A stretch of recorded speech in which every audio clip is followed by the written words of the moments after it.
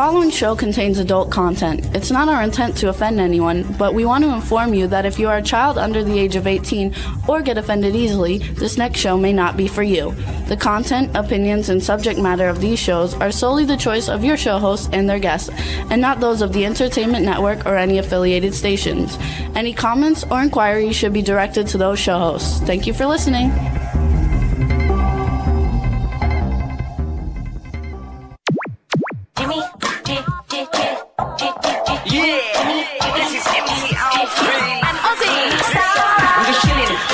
Sitting down and designing, where every man never thinking, what are we gonna be wearing?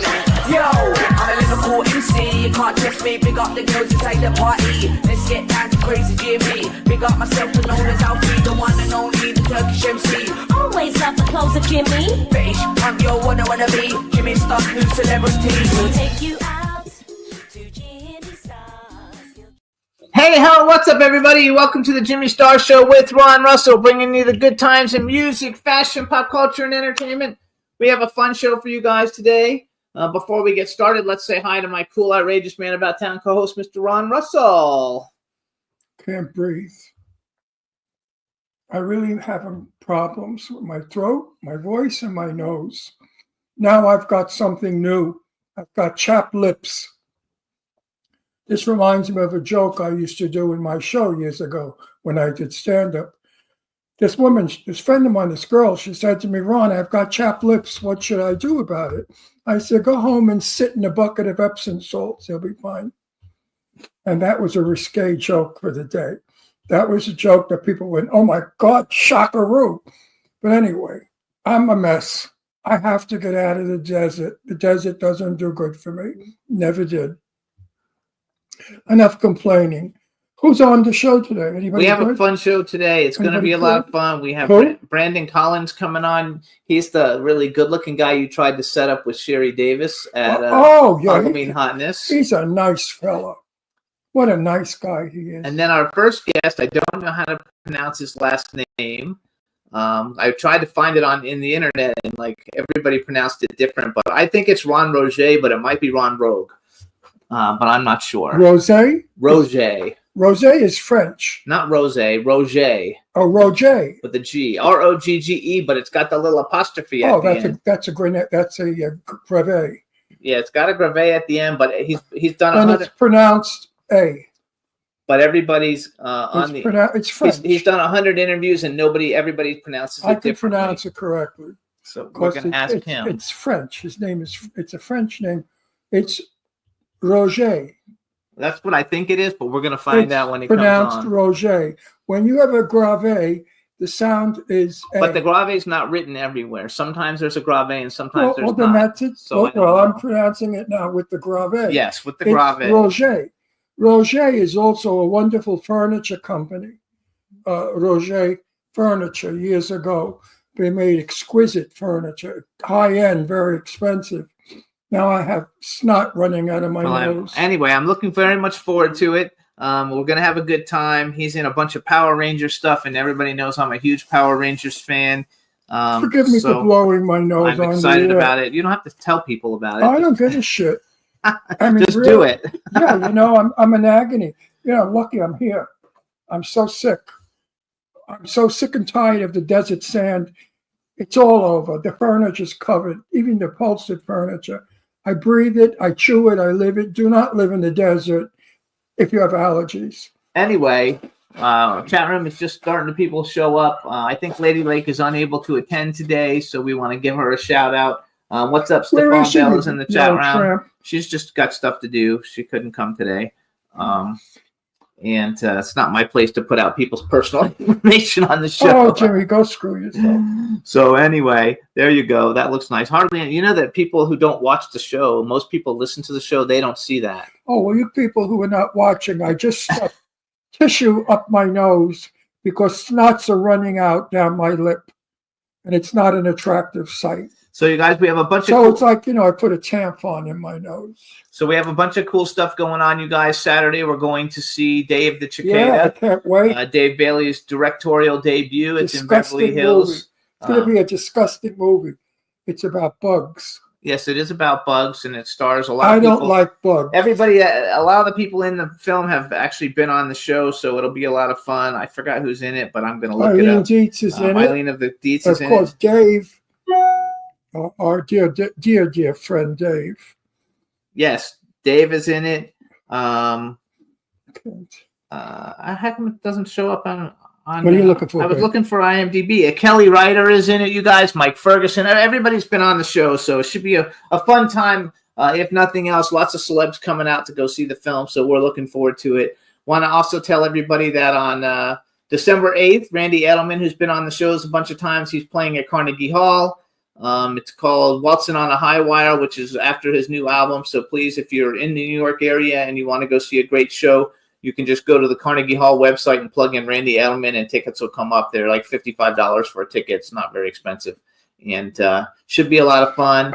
And then we got confirmation today that the Beast Inside movie that Ron has a part in is coming out on December 3rd on all your video download outlets, so everybody can check that out also. And don't forget, my movie Purgatorium is still on Tubi, so check it out and watch it on Tubi.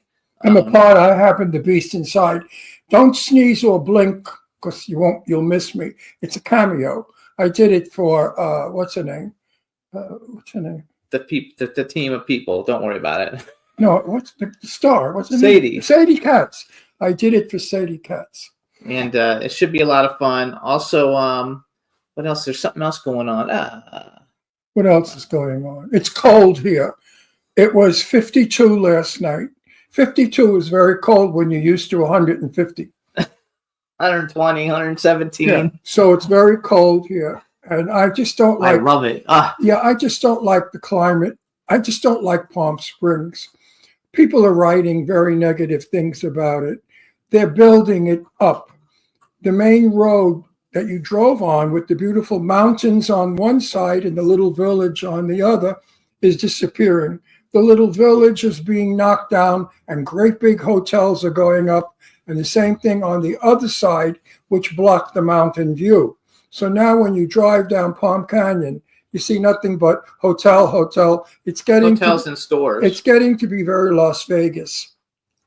The traffic is starting to get very LA because of the amount of buildings they're building. They build one more condominium, I'll scream. So Palm Springs is just littered with homeless people. It's getting broken. It's getting dirty. It's not what it was. It doesn't have the glamour of when the movie stars lived here. I remember Palm Springs 40, 50 years ago when I used to come here. It was the most beautiful place to be. Somehow the climate seemed to have been different back then. I don't remember the sand affecting me. But then again, when you're 20, very little affects you. But when you're 84, everything affects you. So growing old is not a fun thing. We do it. You know, the alternative is not so hot either. Croaking. But we dismantle as we get older, we fall apart. Absolutely. It's par for course. So there you go. So Jimmy, let's get the first guest on. He's not here yet. He comes on at 12:15. So we want to thank everybody for tuning in every week. Last week's show's doing really well. 2 weeks ago, show's really doing well. What was 2 weeks ago show? I forgot, but I forgot too. The two of us are senile. we can't remember these We don't things. remember anything. Yeah, with every show. And next week we have a great show coming up too. So I'm really looking forward to it. We have two beautiful women coming on. Who? Sharni Vincent and Caitlin. I forgot her last name. But Sharni Vincent is one of my favorite actresses. She's fabulous. She lives in Australia now. And she's in some really good movies. I'm going to watch all of them this weekend.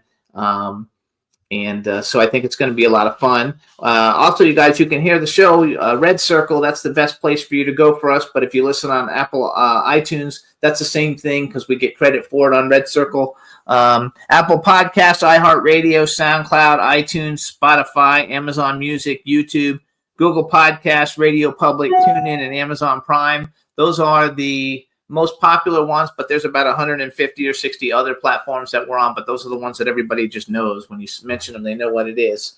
And let's see, what else is going on? I forgot. We had something else going on, but I forgot what it was. Oh, I don't know. Just, all kinds of stuff.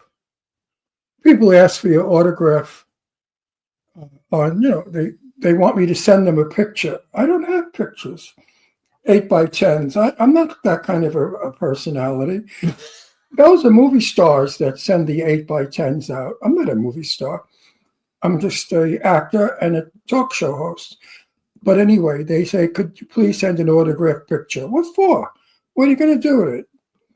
I mean, seriously, what are they going to do with it? So I just say I don't have them, which I don't have any 8x10s. I could care less. I mean, of what? You want to see this old mug? When I was young, it was another story. Then I was handsome. You put the picture somewhere, but you're going to put the old bag up? Of course. No, people will go in your house and say, what's that, your grandfather? So B. Claudia just joined us in Hey, the chat. Claudia, Hey, how's your mother? She said she just came back from it. I'm not sure how Getting she is, back but- to, you Germans are like you tanks, you're like the Volkswagen. You're indestructible people. The Germans are really one of the healthiest, strongest people I know. I went out with a girl when I was very young, Hilda Schramm, and she was German. And I mean, you could like throw her against a wall, beat her up, kill her, smash it. They don't break. Not that I ever did that to her, but they were just tough people. We want to give a shout out too. She said Nick came home. That's her son. Hmm? Her son came home to see his grandmother. So we want to give a shout out to Nick. Nick works in entertainment. He's phenomenal, super Yeah. talented. So we're happy to see you. We're happy to see you, B. Claudia. And Children are the best antidote for any illness. I know when I don't feel well, my kids come around me, I feel terrific. Now that my daughter lives in Pennsylvania and I'm destroyed from that, I'm so missing her. But, my little dog substitutes that. My 7-pound little dreamboat. was literally asleep on his Who I blanket. don't want to use his name right now because I'll wake him up. If I say Astro, he'll be in my lap in a minute. He's right I behind think you. I'm losing my voice, Jimmy. So drink some. That's okay. I can talk. We're plenty gonna today. be in trouble. No, we're not. My voice is going down and down and down. You have a drink, and it's fine because this is like my. I'm telling you, I can't Thanks. see. My eyes are blurry. My nose is clogged. Snot's running out. I'm a mess. It's okay. I'm a total mess. People like it when we're a mess. They So like me when I'm a mess. Thank you very much. I think our first guest is actually Mike. I hope so. be Before I here. die, he better get here fast. Yeah. I think is he there? He's there, right, Juan? So let's bring him on. Well, I have a minute left. No, don't be so dramatic. Oh, don't be so dramatic. Don't be so cold-hearted, you I'm fucking not being cunt. cold-hearted. Don't be so cold-hearted, you big fag. Right away. Oh. Don't be dramatic. You should have what I have, you syphilited flu. Remember, this guy doesn't know anything about us, so Oh, he too might think bad. that's like not He'll normal. learn fast. So Juan, is he there? I see him. That's the thing that says studio, but I'm not sure if he's there. If he's there, let's please bring him He on. probably ran away when he heard me talk. That's nice. Blank state. I like a blank screen. Man, here you are. Hi, how are you? Hey, cool. How are you guys? So, Good. so I Am I late? I said sign on at 12:15. no, you're not late. You're No, not late at all. not Just he at has a all. cold, and he said he's losing his voice. He wants to get to talk to you before he loses it. So, No, so I- let me ask. no. First of all, I Is that a don't. good thing or a bad thing? I'm Well, not he sure. gives all misinformation out, this little fairy. I don't have a cold. I have desert dirt, Okay. desert sand, dust, which is what the people in Las Vegas, the singers, are worried about. When a singer goes to Las Vegas, he only dreads the sand. Anyway, so I have a question for So there you. you are, Ron. So I actually went online, and I went online and watched every interview that you did, only to find nobody ever introduces you. So I'm going to guess that it's Roger because it's got the little thing on it. Is that correct or wrong? Yeah, it's not legal. The little thing, the little accent aigu. Brave, it's brave. I put it on so people know how to say it. Is Ron Roger for sure. Roger, okay. Because I went on there and everybody's like Ron, Rogue, Rogie. No, I told you. All your interviews, or they don't actually introduce you. They just start off with they No. put it in It's writing. an easy name. What is that? They do like a John Travolta, and they try different variations of names, right? So No, So we Roger. had it right. There was, as I said, there was a furniture company years ago called Roger Furniture. Very high end, very beautiful furniture. All right. And they spelt it that way. So now we're going to introduce him officially. Now that we know for sure Okay. how to do his name, because you have so many interviews. I'm not kidding you. I went through so many of them, and none of them actually pronounced your name ever. So now we want to welcome to the Jimmy Star Show with Ron Russell, actor, producer, casting director Ron Roget. Hello, and welcome to the show. Hey, the cast director is a very old thing. I don't do much of that anymore. But yes, thank you. It's That's okay. nice. It's on your IMDb. He Oh, doesn't. by the way, my hearing went from the sinus infection. I can't see, I can't speak, and I can't hear. So I'm really going to do So well. this is my cool, outrageous co-host Ron Russell. This is Ron Roget. I'll just Ron, help I have you to say, I have to pull a Diane Wiest and say, "Don't speak, don't speak, don't speak." I love Diane Wiest. Oh, If yeah. she won an Oscar for saying that, I figure I might as well. I know. Just steal for 5 seconds. So as a horror movie fan person, Lost Boys is like one of my favorite like movies of all time, and I was friends with everybody in the cast, and so I'm a big fan of hers. But anyway, welcome to the show. We have people starting to show up in the chat room. Just say hi to everybody in the chat room.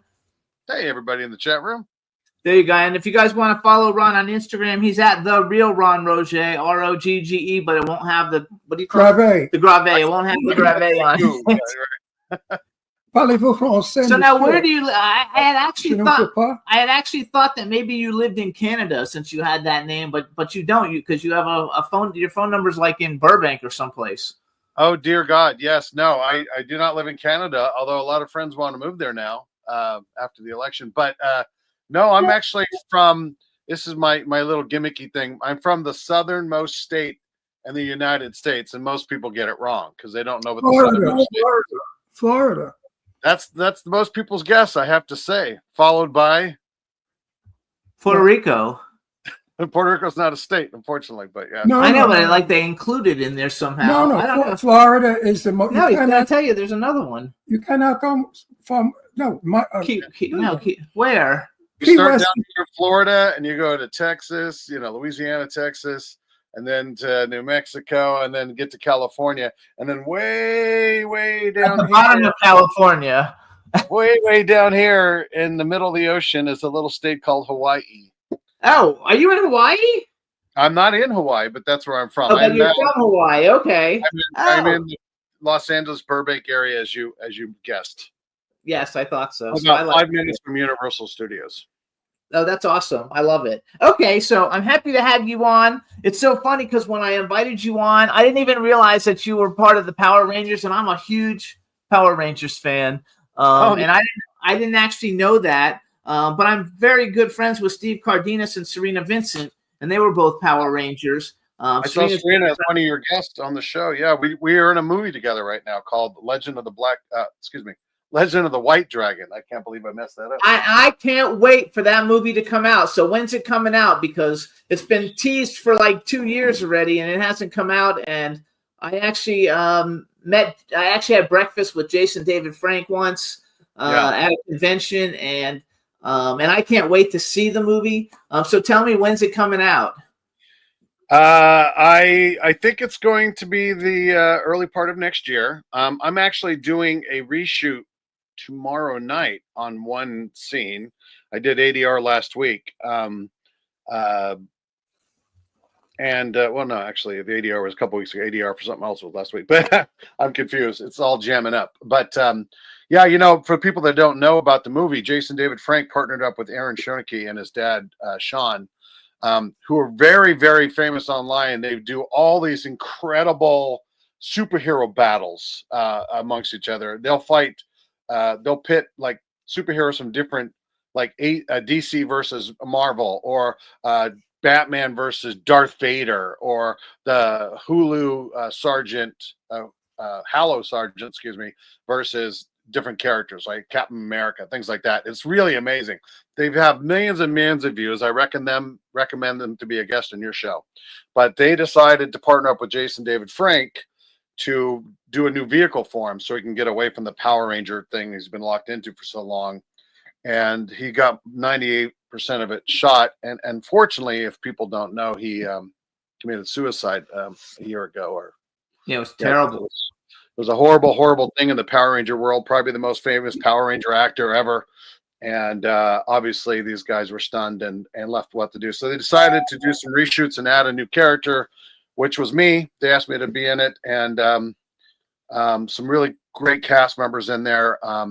And they rewrote some of it so it wouldn't, because now obviously it wasn't going to be a recurring vehicle for David. But it's their first venture into doing a feature film, and it's really, really great.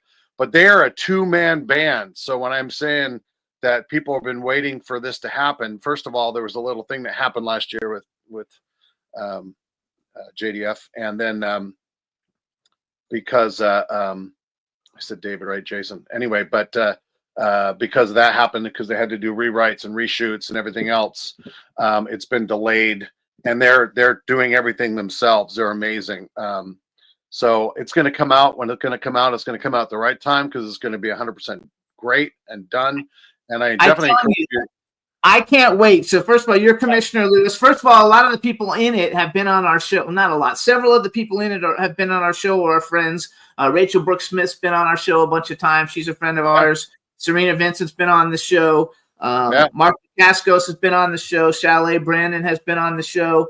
Jason David Frank. So I'm a big collector. You don't really know anything else, but I mean, I have thousands of things. So I have like a Power Ranger helmet signed by him, and I have all kinds of stuff in my collection that Ron will attest to. Which right now, because we want to move from Palm Springs, so everything's in storage. But I have all that stuff, and I'm actually doing a werewolf movie that we're gonna get some of the people from that cast in this werewolf movie I'm producing. I'm happy that science fiction is back, because I love it. Now Big fan of sci-fi and horror. That's my genre. I used to build haunted houses. That's now my I passion. understand that they're doing a Flash Gordon remake. I'm so happy they're bringing him back as a superhero. So I'll be a great fan of Flash Gordon's, and that should be fun with Ming and everybody. He likes the Buster Crab, because he's Ron's 84, so he likes the Buster Crab Flash Gordon. But we've actually had Sam Jones as a guest on the show, and I've actually I'm casting him in another movie that I'm producing. He was terrific. I really enjoyed him. He's a regular guy, a Joe, everybody you know kind of guy. So I'm excited about. We got away from Dracula and werewolves and zombies. It got to be a bore. Now that we're going into outer space, we're opening up a whole new window of entertainment, and I'm excited about that. And I can't wait to see your film either. I can't wait for. I'm not kidding you. I'm really excited about it. Is it going to be very, very science fiction-y? Oh yeah. It feels it has a little Power Ranger slant to it, especially because JDF brought in all these Power Ranger past people. He didn't bring me in. They brought me in after the fact. So, it's gonna be really cool. It's definitely gonna be outside the studio system. It's gonna be one to die for. If you watch their Bat in the Sun productions of all their superhero battles, then they have hundreds. I mean, they people are writing comments like DC should learn from these guys. These guys do quality stuff, and you wouldn't know it was being done not in a studio. That was being done in their home That's production. basically too. That's all so I basically collect superheroes and horror movies. People, superhero Don't action you have figures. a science fiction movie? I thought you had one that you were producing. No, not yet. But you do. I have two, but they're not. They're not. The four that are funded are not in those. Okay. Nice. But no, I collect it all though. I love all of it. We've had every major horror movie person on. We haven't had all the Power Rangers on. I've invited a bunch of them, but they haven't come on. But so you're a big Power Rangers guy though, because you play William Mitchell. You're in I don't know, probably over 100 episodes plus a bunch of films. Only 40. I can't claim more than that. They recast it every season after a while. So 40 episodes was a season back when I did it. We're actually coming up on our 25th anniversary in January. All our cast is coming by. We have a very elusive cast. Most people left the business and went on to do other things, and they don't show up to a lot of conventions and stuff. And when they do, people usually get excited. I think we had a really great cast, really great scripts. I was Captain William Mitchell. I headed the Power Rangers. I sent them out on the missions every week, and I also happened to be the father of the Pink Ranger and the Titanium Ranger. So I was this military guy. I wore the Navy suit and everything else. And Do you have an action figure? I don't. I mean, what's up with that? That is People ask so- me that question all the so time. messed They're- up. I where's get. the- I buy the action figures of everybody who comes on the show. If they have an action figure, I always buy it. And I was hoping, but I Googled it on eBay yesterday and I didn't see it. I didn't see any. There's no love. If you're not a Power Ranger, there's no love. I mean, I was a series regular. Me and Monica Lawrence, who played Mrs. Fairweather in our series, we were predominant. We were series regular. We're on this show every week, and they never deemed. Most of the toys are based on the Japanese footage. So by the time the American footage got shot, and they used like 12% of the Japanese footage, all that stuff was already in the works of making it. So they had no idea they were going to do American characters. Like even the Titanium Ranger in our episodes was the first ever solely American Power Ranger, because that was a rewrite for the 6th character they did in our season, and that was my son. So let me ask you a question, because you did 3 movies too, though, didn't you? According to IMDb, you're in 3 movies. Power Rangers? Yeah. No. I mean, because I got to know everybody, I did some voices of some monsters. Oh, okay. None of the features. No, we didn't do a feature with our cast, even though people, no offense to the other Power Ranger, most of the production people were like, "We love this cast. Please don't recast it. We just want to keep this cast in place. Everybody's so cool and nice, and I love the love that we got. Although then we wouldn't have Erin Cahill, who came in and was a great Pink Power Ranger the next year. She and an amazing actress who's gone on to have a really awesome career. So what did you think of the Power Rangers movie reboot like 3 or 4 or 5 years ago? Did you like it? I'm sure you saw it just because you're a Power Ranger. I mean, it's more Mighty Morphin, which is way before my time. I never watched it as a kid. I tend to like movies, even movies that get ripped by people. I don't care. So do I. Foreign film, action films, obviously horror films, anything. I'll watch any genre and I'll find something about it. Sometimes I go, I learned from that because I would have done that better if I was in charge of production. So I actually liked it. I mean, I thought it was done pretty well. I know it got ripped, but lots of movies get ripped. And I don't really like the remake stuff so much, but I like that a lot. I'm one of probably the only people on the planet who like glitter, with Mariah Carey, So right? Yeah, nobody likes that one at all. But I think it's very, very cool. And then I saw recently, so my new favorite TV show. Now I don't know if your episode aired or if it did. I just didn't know you and I didn't look for you. But Kathy Bates' new show Matlock has got to be like the best show on TV right now. And it says according to you're in an episode. What episode are you in? My episode has not yet aired. So now that we've met, now you can watch it. I'm in episode 9. The episode starts off with Kathy Bates hitting on me in a bar. So once you see that, you'll know it's me.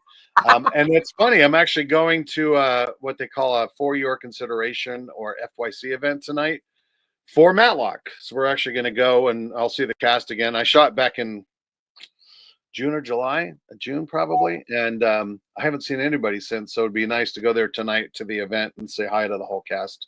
I'm just going to be an audience participant, and I just want to say hi to everybody. And Kathy is awesome and really made an effort to say everybody's first names on set. Ron for 10 days in a row. It was made you feel really, personable and at home with her, and just so kind, so generous. And I'm really glad the show is doing well because they deserve it. It's a really great crew, very great producers, and she's a great actress. Yeah. Bates can do anything. She changes her form. She keeps looking different in all of her films. Sometimes she's fat, sometimes she's skinny, sometimes so she's he blonde. hasn't seen it yet, but you remember Aren't we all? Yes. That, Do you remember, I can see it. Some things I watch that I've done in the past. I'm like, oh my God, that was my fat period. Holy crap. Remember I think it was in the 80s. I think who played Matlock originally? Andy Griffith or somebody? Who played Matlock? So there was a TV show in the 80s called Matlock, and it was Andy Griffith. And so this is called Matlock, even though, and she took her name from it because of the Andy Griffith show. But she's an attorney, and it's a really good show. I really am enjoying it. There's a lot of remakes. This is a twist on the remake because she goes in there, and if you haven't seen it, it's not much of a spoiler because it should be known by now. I think they're at episode 4 or 5, I think tonight maybe or tomorrow. Anyway, but she says, "My name is Matlock," like the TV show, right? She's not pretending to be Andy Griffith's character back. Right. That's right. She's in the world where Matlock existed as a TV show, and she's borrowing the name because her real life name is Maddie. So Matlock works for her, and she's using that to be sort of pseudo undercover. She's trying to find out some things And about. she's never looked better. She's never looked better. She's She great. really is terrific. Yeah, So- she's amazing. So you like horror a lot. I mean, I look at your IMDb, and you do have some horror movies in there, but since you have such a wide variety of everything, horror movies and stuff like. But you're a big horror fan on your own before all of this. Yeah, I'm just coming off a very busy Halloween season where I decorated a private home in this private development. I just go all out, do this horror thing, and then I decorated a Halloween party for Terry Rossio. Do you know Terry? Terry is a screenwriter. Do you watch a lot of independent films? Yes, 'Cause- I do. So Terry wrote movies that you might have heard of, like Shrek and Aladdin and Pirates of the Caribbean 1, 2, 3, 4, 5, National Treasure 1 and 2, Legend of Zero, Mask of Zero, Deja Vu with Denzel, The Lone Ranger, and the last 4 or 5 Godzilla movies. So independent films. Yeah, little ones. He's also uncredited for he wrote the first version of Men in Black once. So, but anyway, so I decorated his house. He had a big Halloween party this year. And then I also did a huge industry haunted house, which was to raise money for people in the industry who are still out of work after the strike. And we were trying to raise money for them. We did a giant haunted house in Santa Clarita called Grizzly Gardens. So, all that was going on this year. Plus, We were looking at real estate there. We were looking at real estate in Santa Clarita, and actually, we met 12 years ago. I met him in the mall, even though he didn't like me. But he did a haunted house for a party for the owners of Costco in Florida, and I was in it, and that's kind of how we got together. Like 12 years ago. Yeah, I might go to Salem next year, Salem, Mass, and do a haunt there. Oh, it's wonderful up there. We went Thanksgiving. Apparently they don't have a major haunted house or anything really fun to do, and so I've been contacted about maybe heading out there. But it's a wonderful place to spend Thanksgiving. I went up a week ago with my kids, and we had the best time. That's and great. it was so American, so American. Like Paul Revere Road there, and the House of the Seven Gables. Everything was you just felt so patriotic, and living there was wonderful. Yeah, people don't realize it's also on the coast, so it's got a lot of pirate history, which is cool. They actually have pirate museums there and a couple witch museums and stuff. So we did the walk, and we went to Plymouth Rock. I suggest everybody listening, if you're on the East Coast and you can, go there for Thanksgiving. It's a blast. You'll have a good time. So and next year, by the way, one last thing about Salem. Next year is the 400th anniversary of the creation of Salem. So it's a big deal. It's going to be a big celebration up there this next year, 2020. Go to the Witches Museum. It's very interesting. Yeah, there's 2. I haven't been, but I hear the one is okay and one is so. Well, So that's why when I come in, I want to do a really good thing that's going to blow people's minds. They get 3.2. The one we went to had people, mannequins, wax figures, dressed as pilgrims, and showing you what life was like back there when they came to this country when it was nothing. So it's very interesting. I would suggest it. Yeah, so I want to brag a little for you, for people who might not, anybody who doesn't know who you are. Here's some of the things you guys might have seen, Ron, on television, and there's a lot of things here. And I only wrote down really the ones I actually know, because if I didn't watch it, I didn't write it down. But Station 19, The Offer, 13 Reasons Why, General Hospital. We're friends with all the soapies. And Leonard, Stranger Things. We had Matthew Modine on the show. SEAL Team, How to Get Away with Murder, which is a great show. Modern Family, American Horror Story, Sleepy Hollow. I bring up The Toys That Made Us because the creators of that now did movies that influenced us, and I did the costume design for Fast and Furious, Too Fast, Too Furious, and so I did an episode of that also.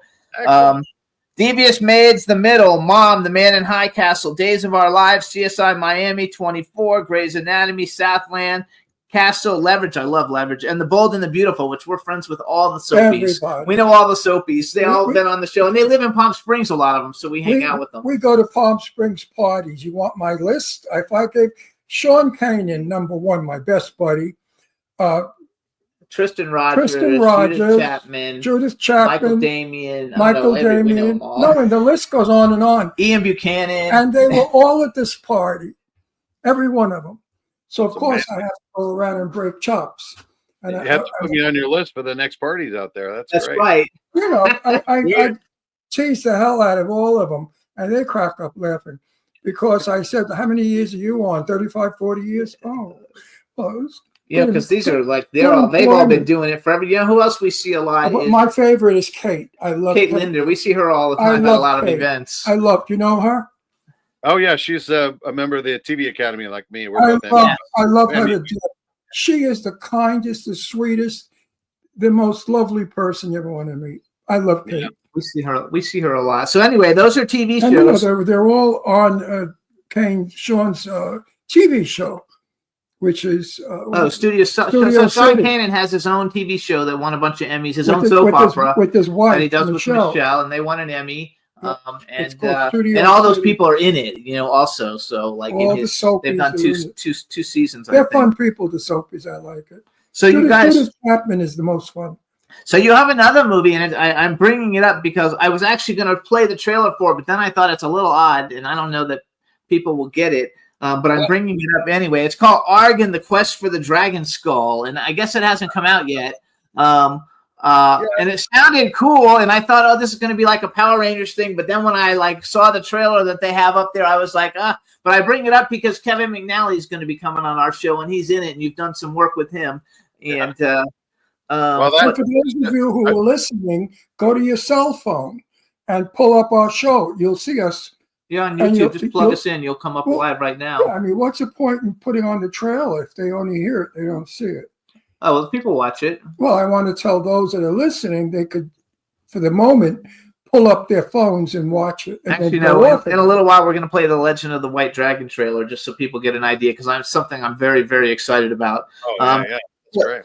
So then some of the great movies that you've got, and I picked certain things because we know the people in them, which makes us a 6th degree of separation. Jimmy is such a starstruck guy. I am not. I like it. He's in the business forever, and he's still. I still get excited. That's right. I do. I got into this business for it. I'm producing movies with some of these people. So you did Battle in Space, The Armada Attacks, and I'm getting ready to do a movie with Doug Jones, Douglas Tate, and then Dustin Quick is in it. Dustin and Medi. I love Dustin Quick. She is the most gorgeous girl and so sweet, and he is fabulous. He is the ultimate gentleman. From a day gone, no more. There are no more men like that. He is the most polite, elegant man you ever. Do you know Dustin? Did you actually work with her? Like in any of your? She's so beautiful, Dustin. She's like a model, and she's beautiful. A model. She is a model.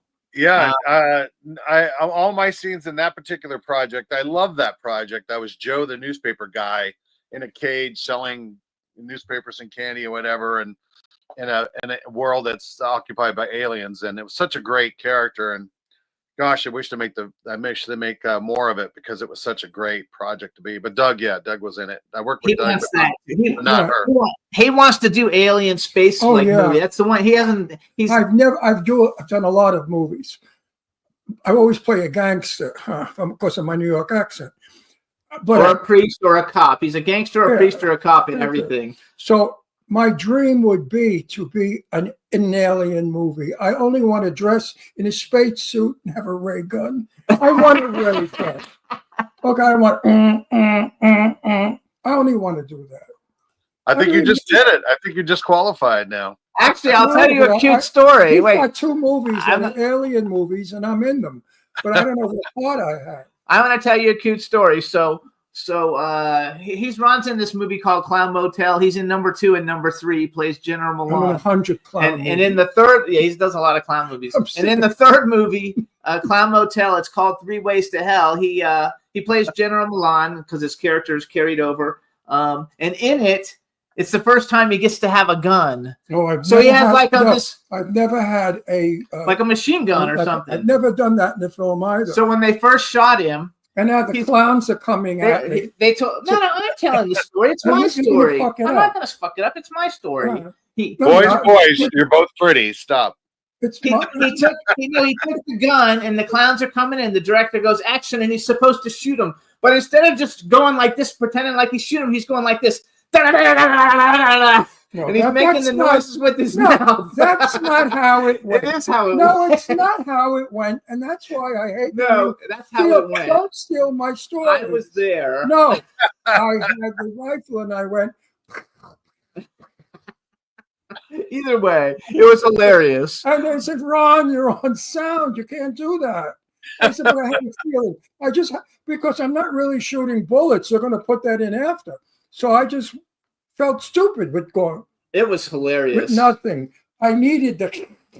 We need to see that trailer, that outtake, right? That would be awesome. Yes, that would be a great Oh no, outtake. they did a beautiful job with it because, of course, they showed the bullets falling on the floor, hitting my boots, and the sound, boom, boom, boom. I mean, it was wonderful what they did to it, but I didn't enjoy it. You know, we have to enjoy the work when we do it. Don't you agree with that? 100%. Yeah. The more you Yeah, I enjoy it, always- the better your performance. I always said if I'm not having fun anymore, I would totally 100% get out. But I think I like you, Jimmy. I'm just a big kid. I was standing there on the back lot, for instance, at Paramount, shooting a scene on New York Street, and they had it all lit up, and they brought out all the fire hydrants and trees, and I'm just standing there next to Kathy Bates. I'm like, does this ever get old to you? Because this is phenomenal. I just friggin' love this stuff. And she was like, yeah, I think she thought it was weird, but I was just like, What is that? I think she thought it was weird. well, I've done like 160 episodes of TV, and I'm standing on New York Street on a Friday night, just looking around, going, "This is so cool! I'm doing this still." But at there's my nothing age. wrong with that because I'm in the business 65 years. Wow. And every film I'm on, yeah, probably, I'm excited about. I still rehearse myself for character. Yeah. After 65 years, you know, some people are bored. They go on the set, oh, I got to do this shit again. Not me. I'm excited each and every time. It's all new to me. How about you? Everything is different. We're kids. We're children at heart. I mean, I'm going to Vegas this weekend on Sunday to do a couple scenes for a movie that they want to finance for Angel Studios, and we're going up to Mount. What is it? Mount Columbus? Anyway, it's supposedly a lodge above Vegas, and it's like Oregon. They set up there. There's trees. I'm like, no way. It's Vegas. It's desert. It's dry. They go, no. When you go up this mountain, Mount Charleston, you go up there. There's a resort. People get married up there, and it's all tree lined. It looks like Oregon. So I get to do that for a couple days, Monday, Tuesday, Wednesday next week. So that's going to be fun. I mean, every project is different. You know, I shot something in. I shot a 1920s Virginia. It was supposed to be 1920s Virginia. We shot it in Massachusetts about 6 months ago, and it was like all the antique cars and stuff, and everything is new and different. You don't know, what it's going to be, and you just kind of go along for the ride. And I got to work with Sophia Loren and Tab Hunter. So what's better than that? Meeting, sitting down, talking to Sophia, and having the crew say, "Hey, soldier, you can't talk to her." And they were throwing me off the picture practically. And Sophia said, "No, let him stay," because I spoke Italian. And Sophia said to me, "Your Italian is as bad as my English, but we'll manage." She said, "But we will manage." She was delightful. So what a thrill to get to talk to Sophia Loren. And Tab Hunter became my lifelong friend. Tab and I were buddies forever. So here, I'm going to brag a little bit more. Here's some other great stuff you guys can see Ron in. He was in Shattered we just met. Use last names or they'll think it's me. Ron Roger is in Shattered, which we just met Ray Wise recently. He's getting ready to come on the show. Tom Malloy's a friend of mine. Eileen Dietz, Molly Burnett. You were in the Frankenstein with Carrie Ann Moss. Tony Todd, rest in peace because he just passed away. He's been on our show a bunch of times. I was going to say, Sweet guy. What a sweet guy. I love I wanted Tony. to say a tribute to Tony because he just passed on. And was He was a gem, quiet man, but a lovely man. I don't know how you pronounce this other movie, Revan. Revan? Revan? Grievin. Oh, Raven. Raven. R-E-V-A-N. I wrote it down wrong. Okay, I switched the E and the A. Raven, that makes sense. That's how they actually spell it. You actually got it right. But but it's Raven. Yeah. Okay. With Stephen Bauer, James I know James Stephen Russo, Bauer. Robert Miano. Let me tell you how I know Stephen Bauer. He probably won't like it, but I don't give a shit. My sister-in-law was like 21 years clean, and they had a cake for her. So I went to the meeting, and who am I sitting next to but Stephen Bauer? And I turned around and I said, "You're Stephen Bauer. So nice to see you." And everybody had a nervous breakdown. They said, "Ron, you're not allowed to use names at a meeting." I said, "Oh." Well, he got up and he was like a day clean or 2 days clean. And I think it went right back. So that's how I met. He's actually coming on the show. Oh, he's not going to like it. Well, you can't tell him that story. I hope he doesn't hear about this because he's not going to like He it. won't. So hold on. We have Animals with Naveen Andrews, Eva Amuri, and Mark Lucas. I love Mark Lucas a lot. Obsessed. This is the big one. Idris Elba, Beyonce, Ali Larter, Bruce McGill, Christine Lottie, Jerry O'Donnell, Scott I Taylor love Compton. Christy. You worked with her? I worked with Idris and Ali. It's a Christmas party. They're in the bathroom. She's trying to seduce him. He's married to Beyonce. So he's like, he's like, no. And she just won't stop. And then I come into the bathroom. I'm completely drunk from the party. And I see somebody in the stall, assuming what's going on. And it was a really funny scene. I've seen Idris a couple of times. It was his first big movie after The Wire. And, I remember I was going at this Emmy event and he was on stage and people were mobbing the stage. Idris, I want a picture, please. And he goes, "You get up here." And he called me up and people are like, "Who are you? Like, how does Idris know you?" And we chatted for a while. How cool is that, though? Because you did a movie with him.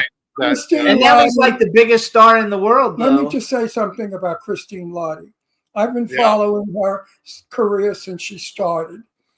Brilliant is all I could say. Yes, brilliant. she's brilliant. Captivating and brilliant. Also, then you were in Cellular, and Larry Cohen wrote it, and we were friendly with Larry Cohen. We met him at 2 premieres, but his best friend is one of our best friends. Larry Cohen was keeping Lorraine Landon, our friend. And it was an amazing thing because his wife knew for 20 years that he had this girl on the side and she was okay with it. And our friend Lorraine was friends with his wife. So that's Hollywood. When the mistress can be friends with the wife. That's Hollywood. And you were in The Animal. I mean, these are all huge things. So if you have your pick of a movie, the type that you like, and you could pick, like, what kind of movie would be your pick? Because you've got everything here. You got drama, comedy, horror. He was very jealous of me because I love Lorraine. I'm gay. What does it matter, right? So I always call Lorraine my movie star. She loves me. And women with gay men are very affectionate. So at a red carpet, the two of us are hugging and like kissing and loving each other. And he went on fire. He was furious. So Lorraine said to him, "That's Ron, he's gay." And he said to Lorraine, "That's some hell of a gay imitation, I'll tell you." So that's what he thought of me, that I was making believe I was gay. I get cheap feels, I guess. I don't know. So do you have a certain kind of movie that would be your favorite, or you just like working in all the variety? I love movies that pay well. Yes. Thank you. That's a good one. I like that. Wait a second. At least you don't pay to play. Yeah, right. Oh, yeah. There's a few of those out there. Thank God I'm not there. But I'm a huge fan of horror, sci-fi, like you guys, and I would love to do more of that. I would love to do conventions and all that stuff. I've done a few. I got flown to England and did a convention. I was also on Buffy the Vampire Slayer 1,000 years ago. And most Oh. people like find that out and they get really crazy about that. It's really That's a funny. big deal, though. Buffy's a big deal because it has such a big cult following. Buffy the Vampire. It is, yeah, and there's a great story. I'm probably talking out of school and not answering your first question, but it's a worthy story. I went to the lot, which was down in Santa Monica, for the audition, and I knew the cast directors had taken over the show from the previous casting people. And the very first episode there, they used to come in and audition for this cop role. And like you, Ron, I've done a lot of cop roles in my life. So I went in and I hear this, Ron, it's Sarah Michelle Gellar. Well, I knew Sarah from spending a couple Thanksgivings with her with a mutual friend. And she's like, what are you doing on the lot? I'm like, I'm auditioning for your show. Now, I've only had a couple of credits at this point. And she's like, she goes, oh, right, there's new casting people up there. Come on. She grabbed my hand. She dragged me up the stairs to the casting office. And they turn around and they see their star is looking at them. And they're like, oh, it's you. Oh, so nice to meet you. She goes, yeah, you guys are new on the show. I want you to wish her luck. And then they slowly look at me, still her holding my hand. And they go, oh, and you know Ron? And she goes, yeah, Ron's so great. You guys are so smart for bringing him in. Anyway, thanks for being part of it. And she left, and I'm sitting there, with this eating grin on my face. And I went home, and I said, I think I'm going to get it, because I think Sarah literally handed me the part by kind of touting me that I was a friend of hers and in the show. And indeed, it was the first. Up until that, I'd only done like one day on certain TV shows, and this is the first time I got 2 or 3 days on a TV show. I was very excited, and it was such a hot show at the time, so it was really awesome. And such a big show. It's such a big show. And she's going to be. Hang on, she's going to be in because they're rebooting. I Know What You Did Last Summer. Yeah, is she doing that? You're going to ruin it. So I think she's going to be in it, though. I read that she's going to be in it. You cannot do a remake. It's like shooting the first load. The second one doesn't work like the first one. And that's what it is. I was best friends with Jane Russell. We hung out together. So my name is Ron Russell. She's Jane Russell. Yeah, right. So everywhere they went, they say, your wife. Your wife, referred to Jane. I said, no, she's not my wife. And then one time Jane was standing next to me giggling. They said I said, she's not my wife. They said, oh, your mother. I'm sorry. Well, I thought she was gonna drop dead. He just looked at the guy. She said, mother. She was appalled. So what I want to do real quick, because I'm super excited. Well, she was 88 and I was like 80. My mother. I want to play the trailer for Legend of the White Dragon so people get an idea of what it is. So people just have an idea of what it is. So I want you to introduce it. We're going to play the one that says Legend of the White Dragon trailer. You introduce it and then hang on and we'll be right back. Okay, you want me to introduce right now? Yeah, I want you to introduce it. Everybody, this is the trailer for Legend of the White Dragon. From That and the Sun Productions, Aaron and Sean, the greatest minds to put this stuff together. Enjoy. The prophecy tells of a duel between the two dragons of a shared crystal. We must join together to prevent the schemes of evil men. Eric, there is so much you don't know. All that matters is that you are now a white dragon. The spirit you fight is still strong within you. You took everything from me! You can't change the past. You have to let it go. No! All you can do is show up now. Well, let's see what we're working with.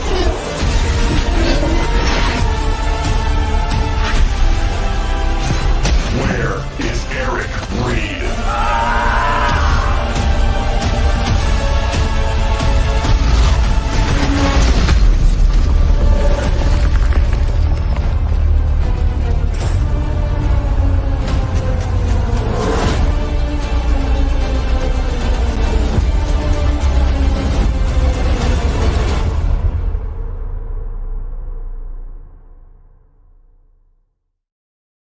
I am so excited for this. It's not even funny. And you know what? It looks like a very high-end film, high budget. Yes. It's It going to blow doesn't the look- studios. It's going to blow the studios away. Yeah, no, it's I mean, it looks like a $35 million movie. I'm very honored to be a part of it. You probably saw Michael Madsen in there. David Ramsey, who did a lot of the DC TV shows and now is directing a bunch. He's now kind of one of the new leads, sort of replacing JDF. But I mean, I don't even know the script because a lot of it's hidden. But Right. I could have been in that but there's movie. such great cast. Admiral. Was Yeah. there an admiral in that movie? I No, could. he doesn't know. He hasn't seen the movie yet. Oh, Nobody's seen it yet. Because Nobody they knows. always have an admiral. I could have played the admiral. It's a big secret, though. Nobody knows like anything You about know, it. the But they've older been teasing guy this movie in for a 2 years. uniform with a ray gun. Yeah. I'm just glad they didn't know you before they asked me to do it. I probably would have lost the role to you of the police. I've never Of the asked mayor. anyone. I have never in my You career asked. Wait, listen. I've never asked anyone in my career, "Can I be in your movie?" I would never put anybody on the spot like that. I would have said, "I want to be in that movie with a ray gun." Otherwise, no deal. No deal. He just wants the gun. So here's something I like to ask actors. Okay. And I ask all the actors that come on. Bucket list. Okay, it's a 3-part question. Number All right. 1, male and female actor you would like to work with that you haven't had an opportunity to work with yet. And they could be living or dead because we don't care because we have an older audience anyway. And then if you could have ever been in any movie that's ever been made in the history of film, what movie would you like to have been in? Wow, there's so many. I'm such a movie buff, a movie fan. I mean, I would love to work with every dead movie legend and say I worked with them, from Betty Davis to John Wayne to everybody. Living, Kevin Kline has always been someone I admired a lot. Yeah, I Yes. agree with that. That's a good one. He's so great. I worked with Kathy Bates for the 3rd time now because I also did American Horror Story Hotel with her, and I also did her previous show, Harry's Law, with her. That was a good show too. I can't. Yeah, she hated that scene. She came up to me at the table where she goes, "Why? We worked together." And I'm like, "Well, I was in Harry's Law. I threw you against the wall, put handcuffs on you, and drug you into the elevator." And she goes, "Oh, I hated that scene. No offense, but I hated that scene." I'm like, I was just doing my job, Kathy. I'm sorry, but That's funny. living. It's such a vast thing. I mean, I think Kate Winslet is one of the true, and Meryl Streep, obviously, the true champions, the best actors of all times, and they're still living. So let's pick them. Hugh Jackman, we have a mutual friends, and he's so kind and so nice, and I would love to work with him as well. So there's a couple choices. How's that? I like Hugh Jackman too a lot, actually. Okay, and what movie would you have liked to have been in? Yeah, The one where he was a vampire slayer. I love that movie. I know. I When he's fingered it. if we go back, some of the films I grew up with that I've seen like hundreds of times, I would love to have been one of the kids in Willy Wonka and the Chocolate. Absolutely. What? I would love to have been, Willy Wonka and the Chocolate. maybe the kid with the guns, and I don't know, but that would have been awesome. Or I love that movie. some iconic stuff like Wizard of Oz or even Gone with the Wind. I know that's probably cliche. No, it's not. I'm a big Western fan, so it would have been fun to be one of the Magnificent Seven. How's that? Yeah, that's awesome. I'm not a huge Western person, but I do like a lot. We watch a lot of Turner Classic Movies, so we watch a lot of stuff because Ron's seen everything. Like, there's literally almost not a movie from the 50s or the 60s if it's got notable people in it that he hasn't seen. He's seen them all, so we watch a lot. They were all my friends, so of course I watched all their movies growing up. Yeah. As a teenager into young manhood, and I'm happy to say that I was friends with Betty Davis and all the great stars I was friends with, really seriously friends with. Yeah. And I hate when I read the idiots of today saying terrible things about them that wasn't true. Yeah. Now, you can't say anything about Jane Russell that I don't know. Of course, we hung out. She stayed in my house. I stayed in her house. We were like brother and sister. Yet some asshole just put out on YouTube the most horrendous, hideous, lying shit about Jane Russell. And I don't know what to do, how to get it off the air. You can't get it off. Because I want to just tell the world, Jane Russell was, I can't even get into it. It's too involved. But it's sad. She's dead. I'm sure. She can't defend herself. Yeah. And they said terrible things about Betty Davis. Betty Davis was not a lesbian or anything near a lesbian. In fact, Joan Crawford tried to make it with her, and she resented it. No, she did. She hated Joan Crawford for one of those reasons. Because in the early days, Joan Crawford came on to Betty Davis. So sure. And Jane Russell was not mean and ugly and evil to people. Not true. She just was a tough broad. That was her personality. So I hate this new media we have. This new lying. He watches YouTube and he sees all these videos. He watches the old star stuff. It's the lying. It's the lying media. How does YouTube allow them to say Whoopi Goldberg died or this one died? Yeah. And it's not true. They have the audacity to say, well, today we lost 4 movie stars and they're all major stars. They didn't die. How did they get away with this shit? Why is the media such liars? That's like, I don't know what you call that. That's like a bait thing, though, to get people to watch the video I because know they get paid on those but videos. how do you allow this? How does YouTube allow these lies? Which, by the way, so you have 1 million acting reels on YouTube. You should do a current one. I was going to play one of them, but I played the dragon thing instead because they're like 15 or 16 years old and you've done so much stuff. You should put together like a newer one and throw it up there. You sound like my manager is like, you really need to, and I've updated it on our end of it so it can be submitted. But, I've tried to put stuff on, YouTube or whatever. And then they always like, oh, Disney has detected that some of their footage is in your reel. Oh, yeah. Well, I guess that can be a problem. They take away, I didn't know you were looking, I could have sent you something directly, but they take stuff away or they take the sound away if you have anything that's from a actual TV show, right? And that's the ones you want to put on. So the only stuff that's stuck online is some of these independent stuff I may have done 15, 20 years ago. Which isn't the really good stuff. Not fair. I know. Horrible. I should have just sent you some stuff directly. I got some cool stuff. Did you know that we're not allowed to play? If Johnny Manthis came on our show and we wanted to play Chances Are, they would kick it off. We're not allowed.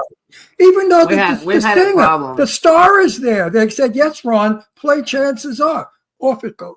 Yeah, we've had that problem several times. So I'm always careful with the videos that I pick. Same thing with my reels because most of that makes sense though. Now that you say that, it totally makes sense. Never have been able to show it. Yeah, they would have booted it right off. So you guys, because you're the actor, that's your reel. You gave permission. Come on, folks. Yeah. It's just not fair. Anyway. But I'm not a fan of what goes on politically today with the media, with what goes on, the way they just entrap you. Anyway, we have to go. We have to get going though. So here's what we're gonna do. So first of all, you guys, please check out Ron Roget. He's at The Real Ron Roget on Instagram. Are you on any other platforms? Like I know you're on Facebook, but I mean, are you TikTok or X or any of that stuff? No.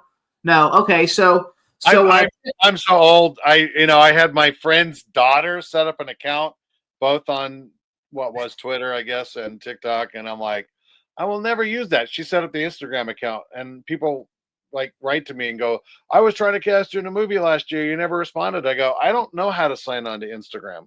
I put something on Facebook and she set it up so it goes there, so stuff shows up and it may look like I'm active, but I'm not really, and I'm like, I have no idea. Oh, that's so funny because I tagged you on Instagram that you were coming on the show and it got over 20,000 likes on it. And, wow. and I invited you to participate in it and you never did, and I was like, so I knew you didn't do your own though. I knew you didn't really know how to do it because you would have done it. But anyway, you guys follow him. He's on. The most important thing is to check out all of his body of work. Go on his IMDb, see all the movies, go watch him. We want to thank you for coming on the show. You've been a blast. And good luck with all your future events. One quick plug. Yes. I produced my first horror feature 2 years ago with some friends, not friends. I mean, we financed the whole thing and shot it in Big Bear. It's called Killer, Kill, capital Her, but one word, Killer. Okay. And it's really fun. A little bit of horror, a lot of bit of comedy, thriller. It's on Tubi right now, but it went around the world. We just had it in Britain at the Grimfest Festival. It's doing really well. I have a small appearance in it, but it's a great ride. And if you like horror, terror, thrillers, I would recommend you watch it. Killer, with the capital H in the middle. Killer. Did you direct it? I did not. I chose the director because I found the money. I chose the writer, brought his script in. I chose the director. I cast it with Iris Hampton. We were 50-50 on casting. I gave her all the credit because I didn't have enough budget to really pay her what she deserved. So I said, I'll do half the work. I'll do half the work for you, Iris. So we put together a great ensemble, and it's a fun movie. Ron, you would have been great as the hotel clerk, but do I get to carry a space gun? yeah. Yeah. Well, he had a pet snake at work. I don't know. You know what's funny? Now somebody's going to write a script where there's a senile old man in a home in a space suit with a space gun, and I'll play the part. I think we should just rewrite One Flew Over the Cuckoo's Nest and put you in there. And me with a space gun. So I'm going to put you on my list. So like I produce a lot of films, and a lot of producers and film people contact me because they know I get a lot of celebrities on the show without going through agents. I know they got to negotiate with agents, but we can at least find out if you're interested or not. And so I'm going to put you on my list of people, like when they're asking me who's a cool person to bring in. And if anything comes our way, I'll contact you and let you know. Stop bringing me. Well, I don't know if I'd call me a celebrity, but I would call myself the Hollywood nobody, somebody who's done 160 episodes of TV, and most people don't know who the heck I am. But thank you for the recognition here. I appreciate you guys so much. Hey, it's been great. So we love it. We'll see you soon. Good luck this shooting tonight. I think you said tonight or tomorrow, whenever you're shooting. And Legend of the White Dragon, we're doing a reshoot tomorrow night, Friday. Wait, today's Wednesday, so sorry, 2 days we're doing that. When that comes out, we'll bring you back because I'm really that's something I'm very, very excited about. And don't you guys forget definitely. I'm telling you, Aaron Schoenke and his dad Sean, you gotta look at Bat in the Sun Productions. Look at all their superhero battles and stuff. I'm telling you, the quality blows DC away, and it's like so well done. You know, Joker versus different characters from other genres. I think there was a Power Ranger crossover and stuff, and it's really amazing. The stuff they do is awesome. And since they're going to be releasing the film, I'm sure they come on your show and talk about it. Yeah, I'd love to have them come on. So it's perfect. All right. Thank you so much, Ron. Yes, thank you, Ron. Have a great Hawaii, week. hang loose, guys. Bye-bye. Bye-bye. Yeah, absolutely. Hey, guys, so we're going to take a quick music break. We're going to play J-Cap Cost Me, and when we get back, we'll be on with our next guest, Brandon Collins. But here's J-Cap Cost Me. J-Cap Cost Me. There we go. Don't talk yet.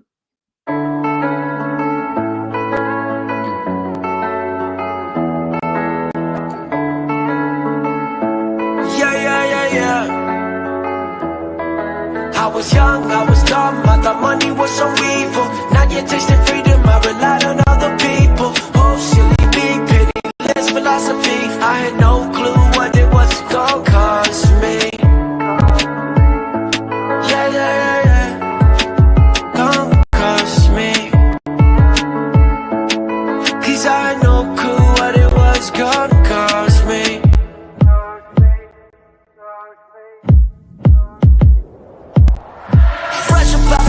House, I started cruising, didn't realize it, course for losing. Yeah, I make dollars every time the phone rang. Thought it'd be enough, didn't know I needed change. I'd make it rain. Each night I was so cool, didn't stay for dime. I was so full, yeah, and I was brand new to it. Didn't realize I was blind, so stupid.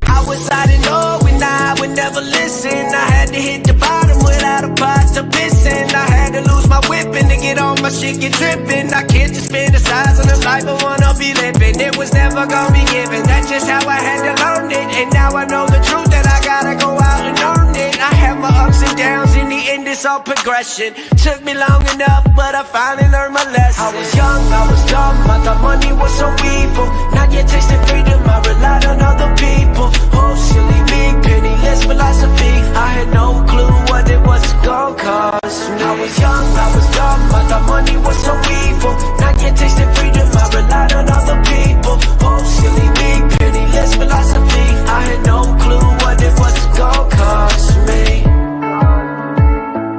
Yeah, yeah, yeah. Gonna cost me. 'Cause I had no clue what it was gonna cost me.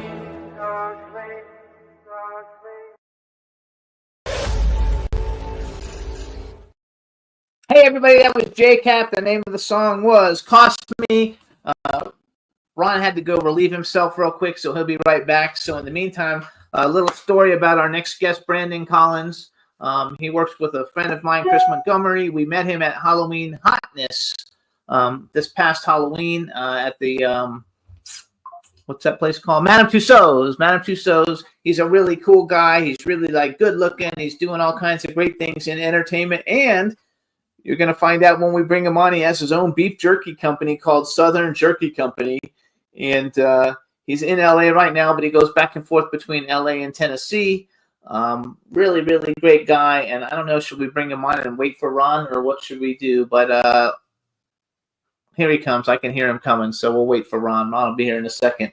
And anyway, his name is Brandon Collins. You can follow him on Instagram. It's Brandon Todd Collins. And we're going to bring him on now as soon as Ron sits down, who's coming now. So, Are we on the yeah, we're on the air. We're waiting for you to get here before we bring on the guest. Well, I drank so much juice and liquids, I had to pee. There you know, go. it's normal. I'm a human. I'm not a robot. All right, let's bring him on. You know. Hey, Brandon. Hi, Brandon. Guys. How's my boy? Oh, I love your background. How cool. You like that, huh? Yeah, we didn't have that with the test. We're going to actually be talking about that. We haven't. So let me introduce you first. Hey, everybody. Now we want to welcome to the Jimmy Star Show with Ron Russell, actor, model, singer, entrepreneur, Brandon Collins. And hello and welcome to the show. Thanks for having me on, guys. You already know Ron, but I'll introduce him anyway. This is my co-outrageous man about town, Ron Russell. Are you kidding? He's like my son. I know. I tried What's going on, Ron? I tried to fix him up with my friend Sherry Davis. Sherry Davis. That's right. Yeah. I'm notorious for fixing people up. And So just how say are you, hi. baby? Just say hi to the chat room real quick. What's going on, everybody? There you go. That's perfect. You got it going. All right. So before we go any further, do you want to tell us your story, and then we could go on the lighter side of the show? Yeah. Well, first of all, we can talk about anything. Nothing's off bounds. So if you want to start with my story, we can start there. So I think that'd be great. What do you guys want to do? No, I haven't. So just tell people a little bit about you, because people don't. Yeah. A lot of people know You told me that you were autistic, and I had no idea. I mean, really and truly, you're as normal as anybody could be, or as healthy looking. So you said that you would talk about it. And I think there are a lot of people out there who have to deal with a loved one who is autistic, and maybe you can help them.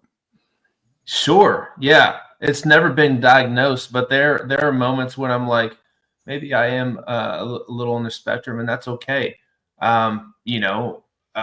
There's certain talents that I think people have where, it is a little evident that you might be on the spectrum. I don't really know.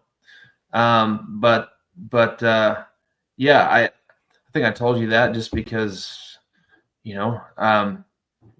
I felt like we get along in that regard, and I, felt comfortable enough to say, hey, yeah, I am a little autistic sometimes. I don't know if it's actual autism, but if it is, or if it isn't. Well, have you been diagnosed? No, he said no.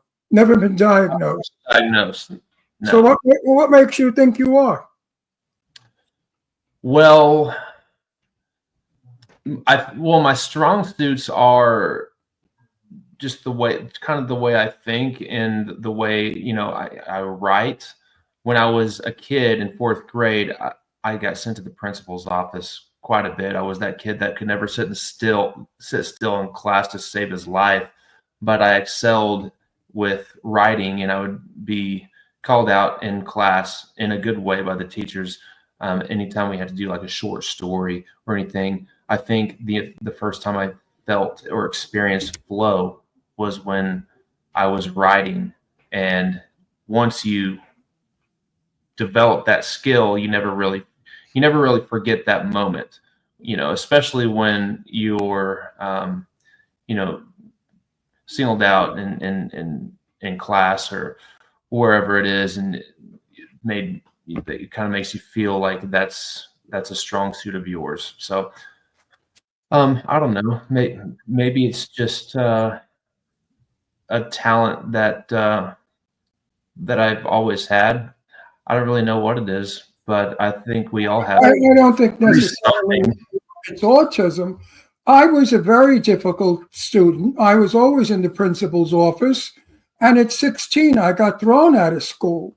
They threw me out because I was impossible to deal with. I would take fits. I would be angry. I would tell off the principal. I would tell anybody off, whoever I wanted. I had no barrier. I felt that my freedom was more important than their bullshit. My freedom to speak, express myself, and be who I wanted to be was far more important. Sounds to me like you were the same way. I can relate to that a lot. All I wanted to do was make people laugh in class. I wasn't really a class clown. Yeah. I don't think you're autistic. Well, I don't think they had the word back there when you were young, and it's a different now. Yeah, when I was young, it was just crazy. They said he's crazy. Hyper. When I was a kid, they called us hyper. They said to my parents, your child should see a psychiatrist. My father went through the roof of the school, and he said to them, no, you see a psychiatrist. He was furious that they suggested I see a psychiatrist. Well, if I'm crazy, hey, everybody that thought I was crazy, look where I am, and where are you? Yes, absolutely. So you're actually from Oklahoma, right? I wrote down that you're from Oklahoma. Yeah, I'm from Oklahoma City. I'm actually from a town called Moore, which is a suburb of Oklahoma City, and it's right above Norman, where the University of Oklahoma is at. So you were an athlete growing up. What sports? Baseball? Baseball, all through school. Football. I raced motocross. Even I wrestled some, and that's like a very difficult sport. I liked it a lot. It was just, it's a sweat bath in the wrestling room after school every day, and so I kind of fell out of that. But track and field, I've done everything. Yeah. So so I'm going through your bio. It says then you kind of got scouted. So you moved to New York City. You started modeling. You even did a campaign for Nike. Then you moved to LA to pursue acting, I guess, acting for writing. And then you also do music. So during the pandemic, then you moved to Nashville back to work on music some, and you bought a beef jerky company. So go over some of that with us a little bit. Yeah. So for everybody listening, Chris Montgomery, he's an attorney. So what Jimmy's looking at is a full report, as if he's putting together a court case. So let me put this in a. I love Chris. But I was telling him, why can't we just have this bullet point? And he said, Jimmy knows how I work, and just let me do it. And I said, fine, send it in. No, I like it. I like to have it. I like to hear some of these things because it's kind of very cool. You've actually done so many different things, and you're really young, and you've done so many different things already. And moving in to go sing, and then now you own a jerky company. I mean, that's like not normal things that like average everyday people do. So I think it'll be an interesting story. But the most important thing about you, I find, is instant liking. I met you, and a minute after I met you, I liked you. And everybody feels the same way. So that's the most important thing in life, is to be liked. And you're liked so quickly because you're really a very kind, sensitive, intelligent young man. Forgive my voice, I'm losing it. I have desert shit with the sand. living in Palm Springs Palm sucks. Springs, yeah. Ugh, I hate I it. appreciate that, Ron. Yeah, I think that being genuine and Real. real. That's what people really resonate with, and you can always hang your hat on that. We became fast friends, very fast friends, and it was nice. Both my daughters drove to New York, Pennsylvania, and my daughter Leslie said the Oklahoma people were the nicest out of all the people going cross country. They were helpful and friendly. So I guess it's an Oklahoma. Maybe it's an Oklahoma thing. Yeah, that's why you are the way. That you're so much nicer than your yeah. everyday people that you meet out in Hollywood. And you're very handsome, but you're not conceited. And to be conceited ruins the handsomeness, and you're not conceited. Yeah, So- or jadedness. So That's you're very workable for the movies. To be in film, you won't be difficult, and I'm sure you're a good actor. And good luck with your career. And if we can help you in any way, we sure will. Well, I'm part of his career. Why is that? We're going to talk about it in a minute. Oh. I think But I want to hear the beef jerky thing. So tell me how the beef jerky thing comes around. Yeah, it really happened by happenstance. So I grew up on a cattle farm in Oklahoma, so cattle and alfalfa primarily. My mom, she's a farmer, and she never went more than like a couple months without any cattle since I was born. So she's always, had cattle ever since she was a little kid, because that's what she always wanted to do. And my granddad, it's his farm, so it's sort of a third generation farm. But I always wanted to own my company. I never really saw myself taking on the responsibilities of taking over the farm, and my granddad really wanted me to take everything. The problem was I always saw the work in the farming. I'd see my granddad in the middle of July when it's over 100 degrees out in the hay fields, sweating, and he has bugs flying everywhere. It's the dust, and then you got to get out of the cab of the tractor and work on things that get broken inevitably.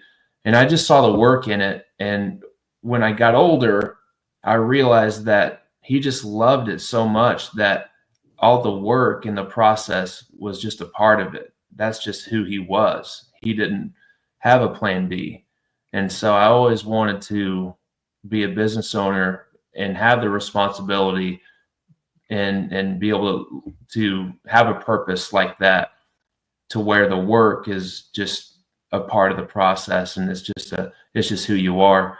And it sounds a little random being a beef jerky company, but it makes sense to me because growing up on a cattle farm, that's the base of the supply chain, in a sense. But it definitely means a lot to me to be able to own Southern Jerky Co. And we're doing a whole lot of really cool things with the company. And where do you buy it? Like, where do you get your? Wait, hang on. What is it?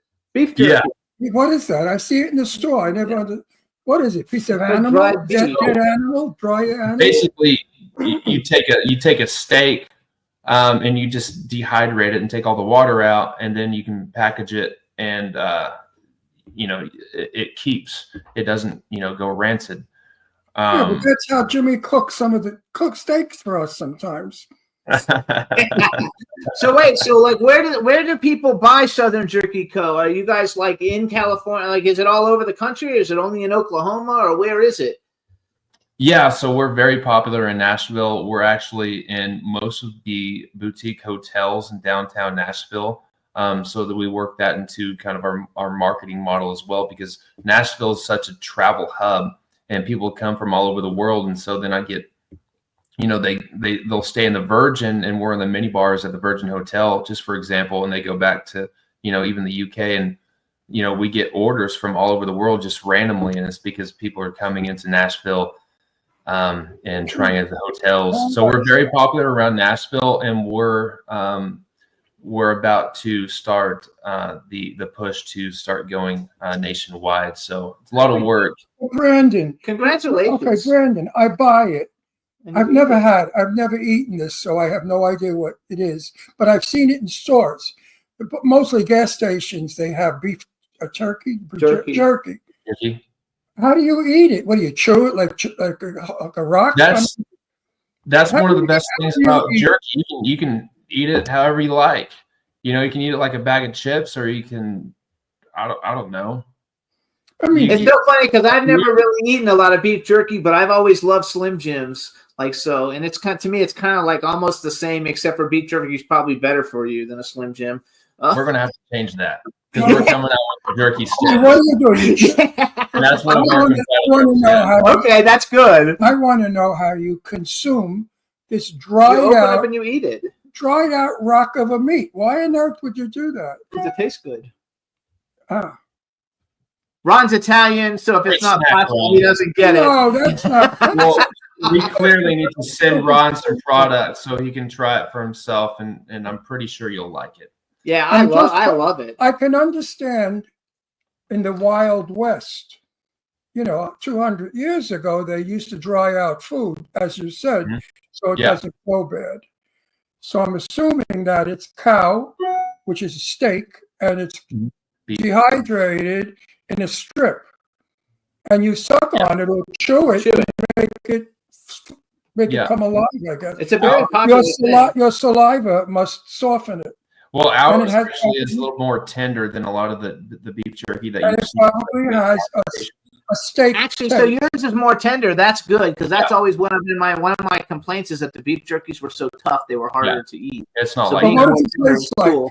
Bacon? I mean, I'm assuming Tastes like steak. it tastes like steak. So anyway, you guys, because I just wanted to bring it up. I didn't want to make it a huge topic of conversation, you guys. Southern Jerky Co. Is there a website or something if anybody wants to go check it out? SouthernJerkyCo.com. There you go, southernjerkyco.com. Because now I want to go into why we really want to have you on the show, talk about your career. Yes, sir. So you're doing a new TV series with Legacy-inspired films. And you guys, I'm part of Legacy-inspired films, along with people Chris Montgomery, he was talking about, Tyrone Tan, who we know from all the interviews he does, Chris Wilkes. And basically, Legacy-inspired films is the first crypto blockchain-funded studio, which you'll kind of get, and it's got a bunch of different series that'll be streaming on different platforms. But it's a crypto blockchain studio, and it's probably the first one, right? Is it? You think it's the first one? I think it's probably the first one or one of the very first how ones is in the world. Brandon connected? Brandon is starring in their series. Oh. I'll be the first to admit that the blockchain isn't my forte, and that is I leave that up to Chris. He's my blockchain consultant, so I Me can ask him too. any question that I have. Okay, so I mean, I'm all beef jerky. All my investments they go into my company, and I'm fine with that. But I will say this: there are plenty of people who have tried to do this and are trying, but what Legacy-inspired films is doing is like nothing else structurally, and the way things are laid out. There's plans, even the productions that are going to be the initial projects, but the structure and the infrastructure of the company pertaining to how it works with the blockchain is very unique. And Let me help a little bit. So basically, you guys, cryptocurrency. You had trouble with Bitcoin. Bitcoin is crypto. right. That's cryptocurrency. So this is a studio funded by this kind of things. But what makes it so different? By Bitcoin? By cryptocurrency. Yes. Yeah. But what makes it, and that is the biggest thing right now too. Like all the new administration, everybody is pushing this as a way to go. But really, what makes this so unique, everybody? Wait a second. Wait, let me finish. I'm not getting this clear, so my audience. Yes, they are. I'm explaining it. No, wait a second. It's Brandon's company? No, Brandon is starring in the very first production of this company. Company that I'm involved in. This is a production company. It's a production company. The very first movie studio. Okay, got it. The very first Now he made cryptocurrency it movie clear. studio. So the biggest thing, you guys, with all of this is that it's fan engagement. Fans get to participate all along the way in the development of it, in meeting Brandon, turning him into a star. They're totally engaged with the talent that's in the productions, the content that's in the productions, and the process all the way through different digital assets, which I know you won't understand, but the rest of the world will, because other people are getting it. I hope they do. So it's a really big deal. And Legacy Inspired Films is basically going to be one of the first companies to actually successfully succeed with all of this. And their very big production is called Ataxia, which is what's behind his head. That's it. And he's training right now to star in this television series. And it's a very cool series. What is he training? Tell him what you're training. Stunts. I'm doing stunts. I'm doing acrobatics. I'm doing basically everything. So training for this movie is very tough. Weapons, the whole nine. Basically, think about how Tom Cruise trains for all of his movies. Mission Impossible. I'm doing pretty much everything that he would do for a movie, and trying to stay healthy. But it's going really well. It's a lot of fun. It's a lot of hard work, but we're making Good for you, Brandon. Good for you. So what kind of you want to tell us what Ataxia is actually about? I know what it's about, but I thought maybe hearing it from you is better. Yeah, Ataxia, I play my character. His dad is the owner of a biotech company. And so my character, Andrew, he was born with a neurological condition, and growing up, his dad always used him as sort of a guinea pig, which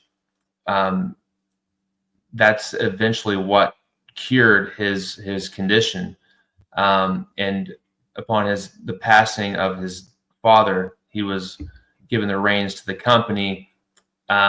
He finds out that his company had previously been doing deals with bad actors, and he finds out that his saving grace was actually the same type of technology that was in the middle of all these trade deals with bad people. Well, this takes place in the future too, you guys.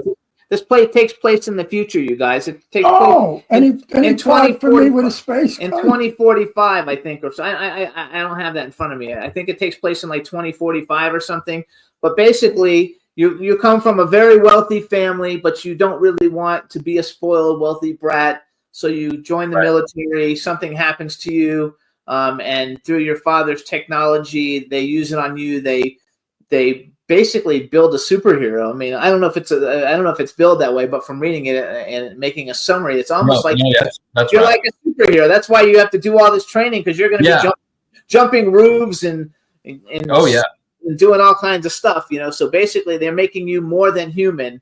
You're going to be like the next superhero. And I think I read that they want to, the bad people who you're fighting against want to take that same formula that made you that way to build like armies and stuff to kill the United States or kill whatever country you're in and stuff like that. So basically, you're the superhero launching it all and trying to save the world. Correct. Yeah. And it's a very broad. I know that's a very broad definition, but just the fact that your very first really big role, because you've been in a bunch of things, but your very first starring role, I should say. Yeah. You're basically going to be like a Marvel superhero, which I think is the coolest shit ever. I think it's the coolest shit ever too. If you need an older man with a space gun. Space gun, that's what we're missing. He wants to be a movie with a space gun. Yeah. I want to be in a science fiction movie with a space gun. And I shoot people. I think I'll see if we can work that cool. I think this is very cool. I think so. So you actually had to audition. I guess that's how you met. How did you meet? How did you meet Chris? Through the audition, or how did you meet Chris to get involved in this in the first place? How's Chris involved with this? He owns the company Legacy Inspired Films. Oh, that's Chris's company. Yes. Okay. And how are you involved with this? I'm one of the people in part of the company. How are you part of the company? I am. Don't I don't tell it know. all on the radio. You I never know. told me I about did it. tell you about it, but you know, don't listen. I'm always the last to find No, everything out. I showed you the contracts when I signed them. It's a typical marriage where he doesn't tell me anything. No, that's not true. But anyway, go ahead. So I'm how did running out. you meet Chris?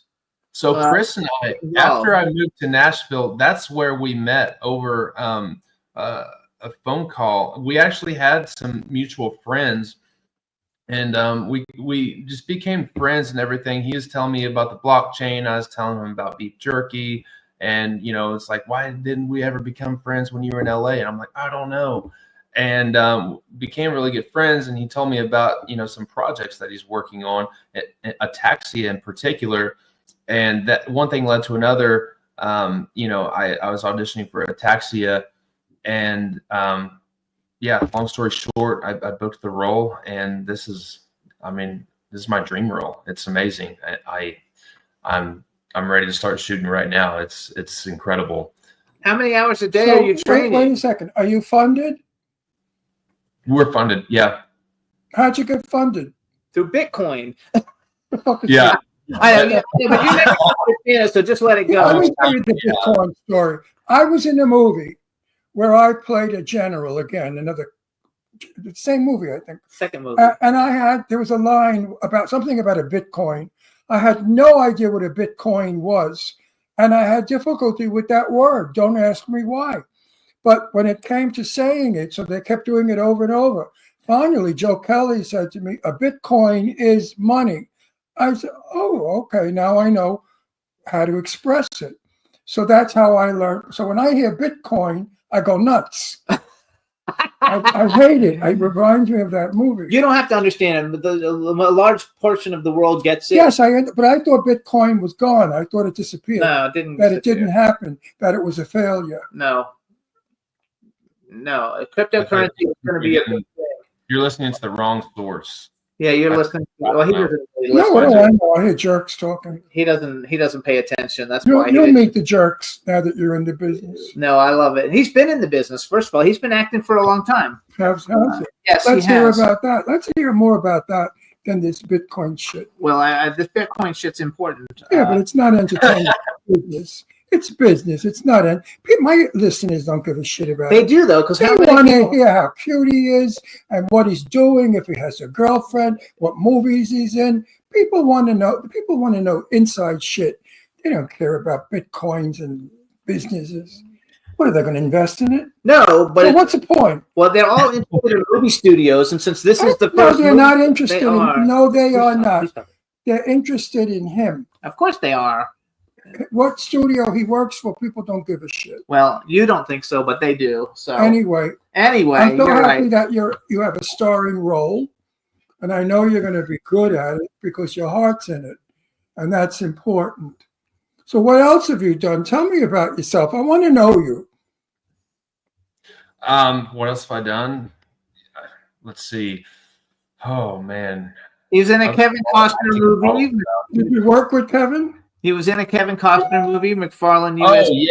yeah, years ago. Yeah, that's kind of a funny story because it was really just so it's a cross country running movie, and Kevin Costner plays the coach, and I was just playing one of the cross country runners on one of the teams that the starring characters competed against, and so technically that was my big screen debut. It wasn't even a speaking role, but my entire family went there to the movie theater to watch it, and they were expecting, I don't know what they were expecting, but my family's so supportive. I love them, and I was like, man, I really hope I didn't let them down. I hope they didn't think I was actually like leading the movie or something like that. But they all had such great things to say. They're like, you did great, you did awesome. I'm like, I didn't even say anything in the movie, but it's a really good movie, though. It's a really good movie. I saw it when it came out. It's a great movie.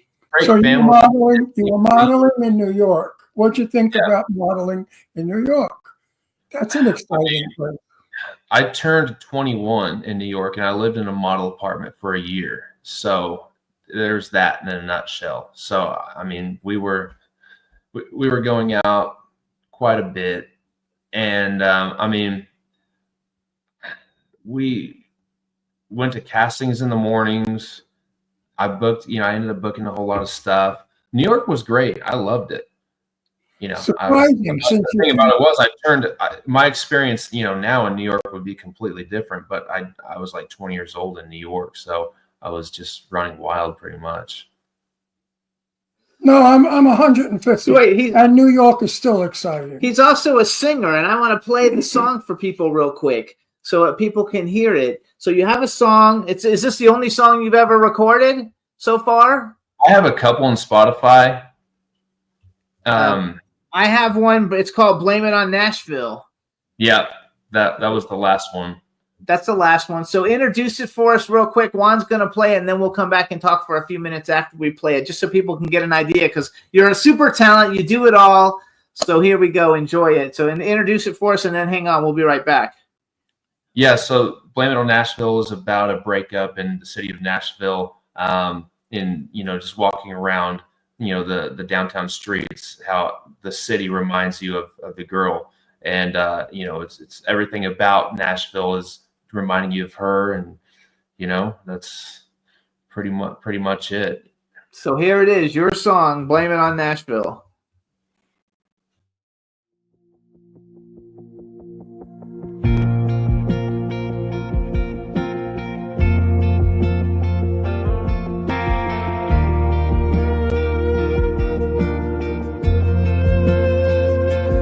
Never been the type to blame anyone for my mistakes.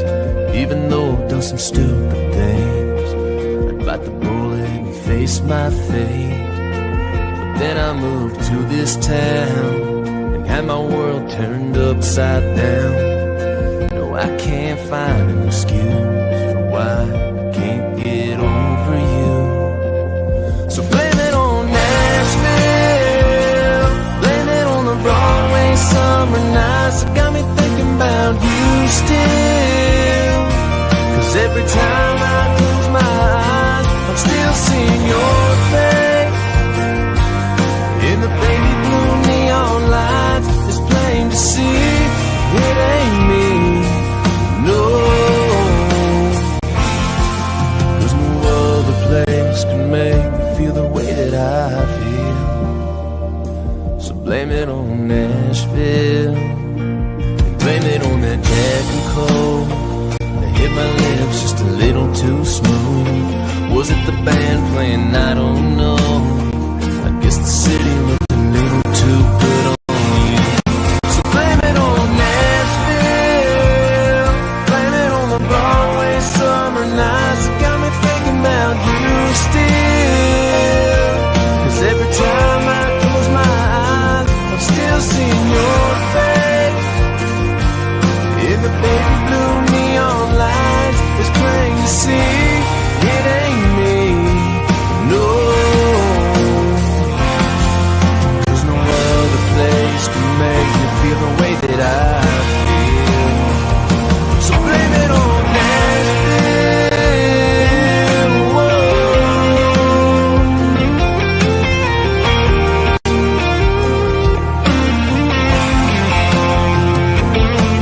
Sit the barn in the way that purple sky lit up the world behind your eyes and knocked me off my feet. Guess I left my heart in the downtown streets. So blame it on Nashville, blame it on the Broadway summer nights that got me thinking about you still. It's like you're right there by my side. I'm still seeing you dance on the rooftop of Whiskey Road. It's plain to see it ain't me, no. 'Cause no other place can make me feel the way that I feel. So blame it on Nashville, blame it on Nashville.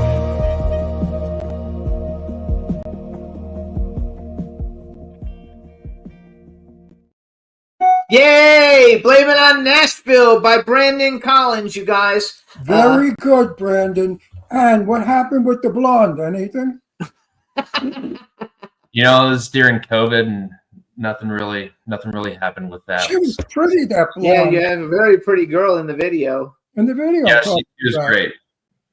I love it. So also to brag, a couple other things you guys might have seen him in. A Husband for Christmas, which has Vivica Fox, Rico Ross, Eric Roberts, who's been on the show, Jessica Morris has been on the show, Dominique Swain. He was on an episode of Law and Order SVU. I love that show. Fox. Who's that? No, Vivica Fox. Vivica Fox. Vivica Fox. Yeah, she's a huge actress. I know. Jason Shane Scott was in that too. I know Vivica Fox. Oh, I don't think I know him. Wait a minute. I picked out the people I knew because a bunch of them we've had on the show, so it made it a lot of fun. We met Okay. Well, no. Why do I know that? Because she's a huge actress. No, I She's think in I think 500 movies. I think I've met her. No. Vivica Fox. Anyway, also he was in 3 Scream Queens with you guys. With Linnea Quigley's been on the show, and Brink Stevens has been on the show. Michelle Bauer, I don't know, but I think she was the 3rd Scream Queen. So it's all good. You guys can follow Brandon too. He's on Instagram at Brandon Todd Collins. And so here's something I like to ask people. We only have 3 minutes, but I want to bring it up anyway. So bucket list, male and female actor that you would love to work with, that you haven't worked with before. And if you could have ever been in any movie ever made, what movie would you like to be in? And the bucket list, the people, they can be living or dead. They don't have to be alive, because it's just a fun question. So male and female actor you'd like to work with. I would like to work with Clint Eastwood. He's getting up there, but they're saying he's still sharp and he's still doing it in his 90s, right? What is he, 94? And he's still directing. I just saw pictures of him on set directing something. 94. He's young yet. Yeah. Yeah, that's what I want to be doing in my 90s. Just absolutely. Okay, female that you'd like to work with. Let's do Reese Witherspoon. Well, let's do Dolly Parton. Let's bring her back and let's give Dolly Parton a big role. And I love Dolly Parton. Go star. Let's do it. I think she just did a rock song. I saw an article, something about. I think she recorded like a rock song, and she's doing her very first rock and roll song or something. That's cool. Okay, what movie would you have liked to have been in? The Matrix, maybe. Oh, nobody's ever picked The Matrix. Yeah, I don't want to say the same movies that everybody else says. I want to say something unique. Good choice. No, that's a good. I mean, that's one of my favorite movies. Maybe Fight Club. Well, what do you think of what I look like now? It's the night you met me. The night you met me, I was totally in masquerade. A little different, right? Great. A different personality. I scared people at the party. Halloween hotness, which I did. No, we got along just fine. They thought I was really a wise guy, a mafia. That's why I like you. Yeah, I think so too. So it's fun. I was a wise guy. So you guys, genuine quality. Please look out, you guys. So we're going to be promoting Ataxia And we're super seeing heavily. you Saturday, right? You're coming Saturday? Yes, he's coming Saturday. Yes. It's good to be seen, and it's good to do all the carpets. It's important because then you get on Facebook. It's PR. And soon, you guys are going to see a lot of promotions for the Ataxia project, and lots of pictures of Brandon involved. What's your shooting schedule? How many months? Month? Oh, I don't think we know that yet. A week, a month. We're still getting that together, but it's going to be a quick turnaround. The schedule is going to be even the shooting schedule is going to be a whole lot different. Like everything is going to be just top notch and where's the shooting? Something that people haven't really seen any. We're at times. We got Where's the studio? Where is the studio? Oh yeah, where are you shooting? Yeah, so the location is pending right now. Are you shooting in LA? The location is pending right now. Oh. So I feel like I'm in Nazi interrogation. Oh, no, it's okay. That's a good question. Yeah, it comes down to some factors. That's kind of I'm not in on that It's conversation. not privy for the public. Yes, it's just things that are not privy for the More public. Hollywood magic. More Hollywood magic. That's right. Bullshit. All right, everybody. So this is Brandon Crowley, and we want to thank you for coming on the show. We'll see you on Saturday because we got to go. We ran a minute over, and we'll talk to you guys later. So thanks so much, and say hi to Chris Force, and we'll see you Saturday. See you Saturday. Yeah, I'll see you guys Saturday. Thanks so much for having me on the show. I really appreciate Absolutely. it. All See right, you guys bye-bye. soon. Hey, everybody. We'll Bye. see you next week. Bye, Brandon. See ya. Bye, Ron. Bye. Can turn out to be so wrong. Yeah, we in the mix. Yeah, we in the mix. It's another episode. Here we go. The Jimmy Star Show with Ron Russell. Interviewing the hottest, newest, and truest of today's celebrities. Make sure to subscribe so you can get notified weekly. Jimmy Star, he's the king of cool. Ron Russell, he's a gorgeous dude. Chat room is live and you would be a fool not to vibe with us at the Jimmy Star Show with Ron Russell. Come watch it live on W4CY Radio. Miss some past episodes, download on iTunes. The Jimmy Star Show with Ron Russell. It's the Jimmy Star Show with Ron Russell.